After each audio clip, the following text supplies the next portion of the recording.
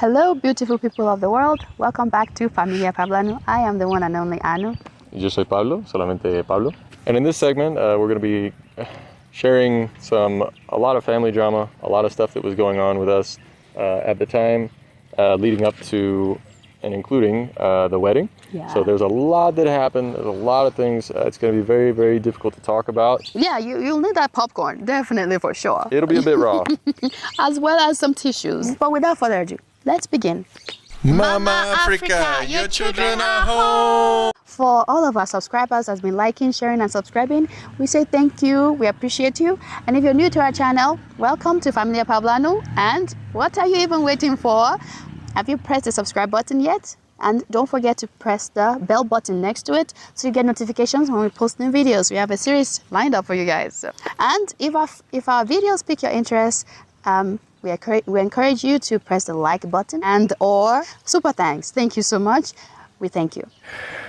And so I was like, okay. So I walked in there and I was my own advocate, right? I knew nothing. I've never been an advocate. I didn't even know the language to use, but I winged it.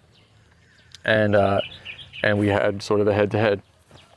They had their own lawyer that they had gotten, I think, from the area, and had gotten, some good advice from her. And the judge came out, and she was, I think she was a really good judge, actually. And she sat us down, and we had time to have witnesses come up and all that kind of stuff, and ask questions and all that. And basically the case that they were setting up was that this young man has been trying to essentially kidnap their daughter, take her away, and has been wanting to do it from the beginning. They don't respect women. They have all this stuff that's very looking down on women. And it's true, because the letter I forgot to mention this, but I had actually sent a letter to Baba, to my father-in-law, and had stated, basically, hey, we need to be in contact, right? You and me, we should be talking about this, not the women going around talking about all this stuff. Like this is between you and me type thing.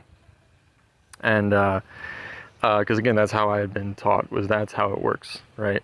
And I never consciously thought that, women are less, right? But that was definitely the way it was taught, But if someone asked me, do you think women are worth less than you? I would say, absolutely not, But again, when it's a verse in the Bible, in any holy book that you hold holy, you believe it, you take it, and you run with it, you know what I mean? And if you see anything like that, you run with it, even if your own beliefs are different, these things that you're taught, or your religious leaders or political leaders, whatever, that kind of trumps everything. And so I just, so I told him, yeah, this is what we're to do. And so they took out that letter. My sister-in-law actually did. Good for her. She took it out and was like, this is very misogynistic. Like, what is this? They're not respecting her at all.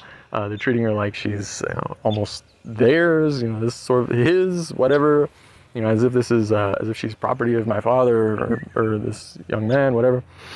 Is kind of what she was getting at. And then when my father-in-law was on and I didn't really have any questions for her or anything like that, but when my father-in-law got on the stand, and hear this whole argument against me, turning it against me, and I'm like, whoa, this was supposed to be, against him, but they're turning against me, and I'm like, whoa. So there was one thing that I knew he didn't know, and I just wanted him to know, because he was still saying, oh yeah, you're trying to take my daughter away, you don't care about her family, you want to cut her off from us, that sort of thing. And I was like, no. So I asked him, do you know who sent Anu, who paid for Anu to go, her flight to go visit you back in September or whenever it was, do you know who did that? He's like, no. And I said, did you know it was me? And he dropped his head. And for me, that was a win, because for me, I was like, yes, at least he knows. Now, the judge had no clue what we were talking about.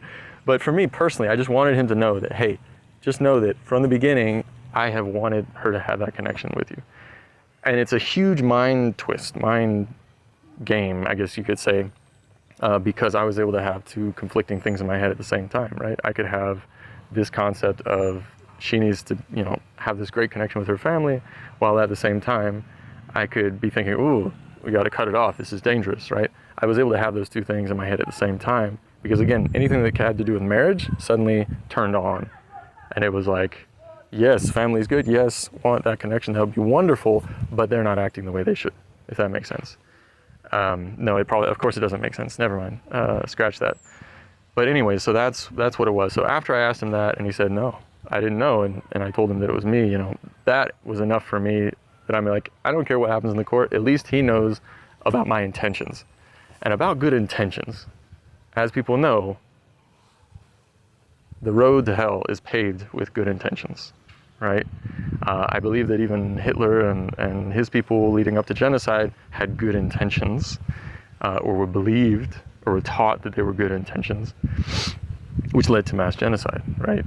So the same thing here, right? Good intentions, in the end, it's not about the intentions, it's about the result.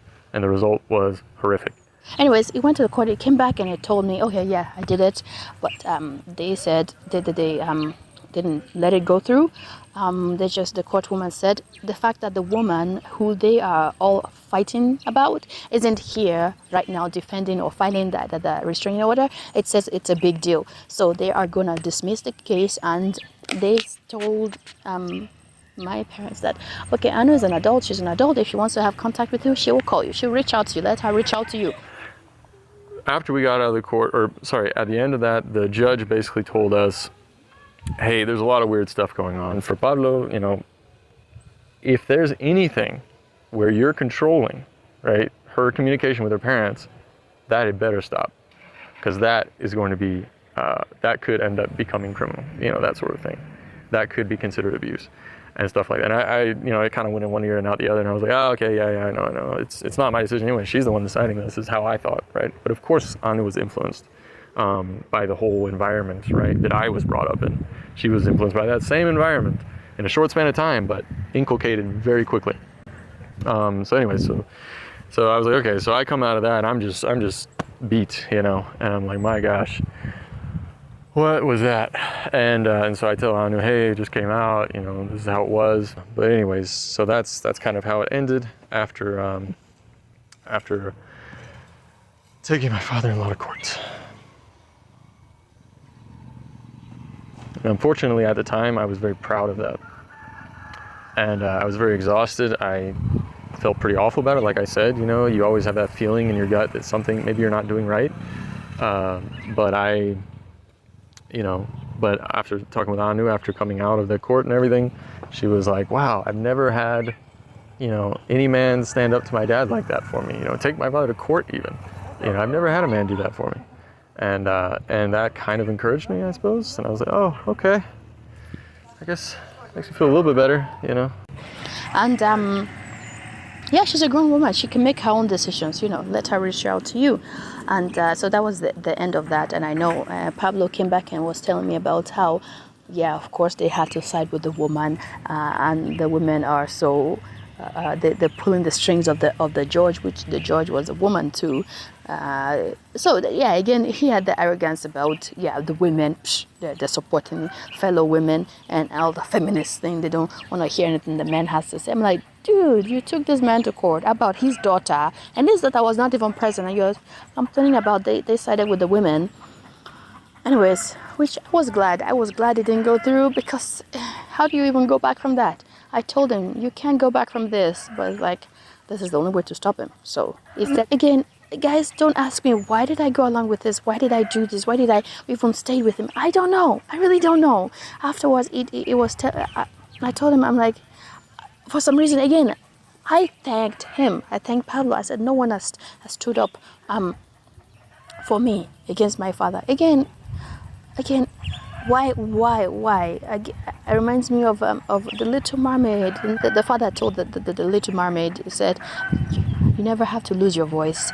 You had to lose your voice in order to be heard. I'm sorry about that. So it was same for me, because I told my father what I wanted, and Pablo didn't even ask me what I wanted. He goes along with things, he do things, and if I say, I tell him I don't want this thing, he says, oh, women, yeah, they don't even know what they're doing anyway, what they want anyway. So he goes forward and do these things, and I said, but I told you that, no. I said no. I was like, oh, no, I thought we agreed on these things, So again, all of the agreeing, we're agreeing on these things, is him saying these things, and I'm like, I don't want it, or I'm silent because I know the consequences. If you're not silent, there's consequences to that. So my sister sent me a text message after, because Pablo told me, did you know that they all came? Your sister was there, your father and your mother, they were all there. And my older sister sent me a message. She said, what are you doing? And of course, there's another blame on my head. What are you doing? Did you know what we had to go through? We just went to the court. Daddy had to use money. He didn't even have to fly or to. They drove here, and I had to fly with my brother, and then he brought her little baby as well, because the lawyer told them that if they didn't defend this, go in person, there might be a record on his account. A record. Why? Because he's trying to look for his daughter, trying to make sure she's all right, and that will stick on his record. So they had to come physically to defend themselves and all that. He said they had to use money they didn't have and pay lawyer fees and all that, and that sunk me even further. And again, that's another blame upon my head, that why did you even be with this guy? Why? Because of him, all of these bad things. What's happening? So when I heard that I was very glad that Daddy had not gotten that restraining order put on him. Once I heard that could have affected his career and everything, I was like, my gosh, thank goodness, because I didn't want that for him. I didn't wish any ill, towards him.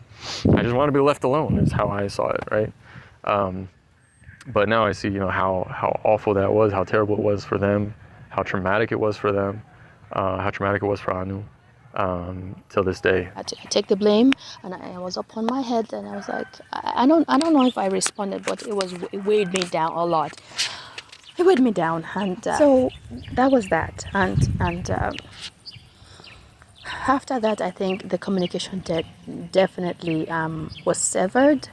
So I can only say, I sincerely apologize to not just to Daddy and Mummy, my brother-in-law, sister-in-law, brothers-in-law, sister-in-law, nephew even, but also all of Anu's extended family. All of those friends, family who tried to contact her, I sincerely apologize. Like I said, coming out of something like this, having to see the consequences, the real consequences, what the situation actually was, is something I can never live down, never unsee, To have to live with what I did, believing it to be good and holy and out of love and out of male responsibility, all this stuff. I am sorry, and I hope to be able to make this up to you all. I hope that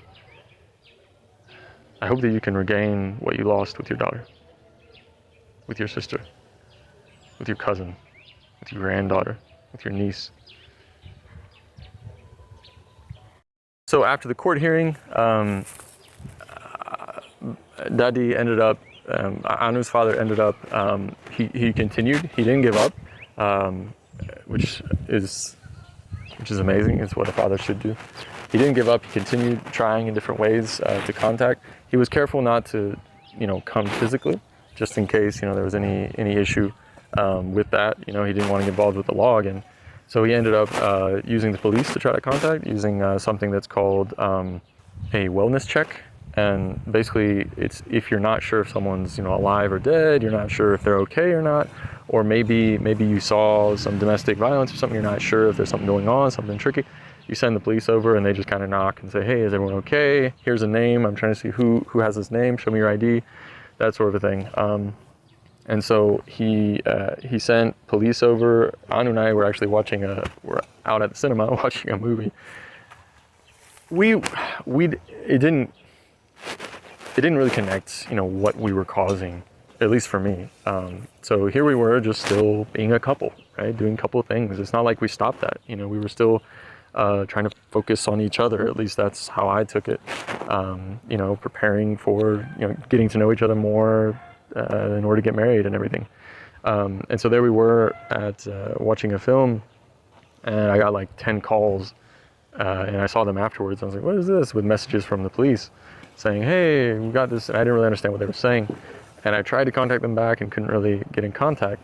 So the next morning, I think Anu came by for breakfast. She had like an early breakfast. So she came by and we were eating, and then the police showed up, and this police officer, she came and, did a wellness check and said, hey, I want to see Anu, and, her full name, see her ID, okay. And we explained to him the situation and said, yeah, this is what's going on. And she's like, oh, okay, well, yeah, that's fine. These things happen, whatever. And went on her way. And I asked, and then I think they also did a wellness check at her work. There was still, the police people would show up at my workplace, and then my coworkers were getting ideas. They're hearing stories and about what was happening, and they have the gossip between themselves. And yeah, it's not a good thing when the police are showing up for just wellness check at your workplace. So that drama was going on, and it was just very, yeah, it was a very awful situation, and I didn't have anybody. We ended up talking to these officers and explaining the situation. Say, hey, this is what's going on, and they said, okay, we got it. And there was also an officer, I think he was some petty officer or something, constable, whatever, in Louisiana, who sent me a message. It was Nigerian, and he sent me messages at my work phone. And I think he was a private detective or something. I'm not really sure, but he might have been Igbo actually. But he contacted me as well, and I think he tried to contact my dad too. And that's the other thing is my dad. So Anu's dad tried to contact my dad, right? To be like, hey, we're the father-in-laws here. Like, what's going on with our kids? That sort of a thing. And my dad refused to pick up because he was scared. And like I said, I had inherited this fear from him. So he's like the source of all this fear, I guess you could say. And yeah, he was too afraid to pick up. But the way he turned it out was, I'm not, that's y'all's business. I'm not getting involved in that. But basically, yeah, I mean, he could have just talked to him and said, hey, yeah, I know, it's okay, we'll work this out, it's fine. Nothing, not a single olive branch, nothing, and it could have really helped calm things down. Either me or my dad, any one of us could have been talking and calm things down. And, but no, he refused to even answer. So this investigator called him as well. And yeah, I ended up talking to the police again and saying, hey, this is the situation. So they said, oh, okay. So the officer there in Indiana, in Bloomington actually, he he basically called up Baba, Anu's father, and told him that, yeah, please stop using the police and wasting police resources over, a family issue, basically. So try to work this out between you all again. And so that was a little victory, I guess, for me. But anyways, and he ended up doing it later on in life as well. Once we had moved to a different house and everything, ended up sending another inquiry our way via a private detective just to make sure everything's okay. And I even spoke with him a few times over the following years, just letting him know, hey, yeah, she's alive, she's fine, everything's okay, that sort of thing. But that's for another day. Thank you for being part of our therapy. This is what healing looks like for us. It's something that we know will help people in the future, to be able to look out for, be careful, and hopefully learn from our mistakes. Yeah. And learn from, what can happen to someone, when they fall into a cult. Right. And also how to love people like that and how to be there for them. Yeah. Well, until next time, we'll catch you in the next episode. Adabo. Ciao. Adios. Bye.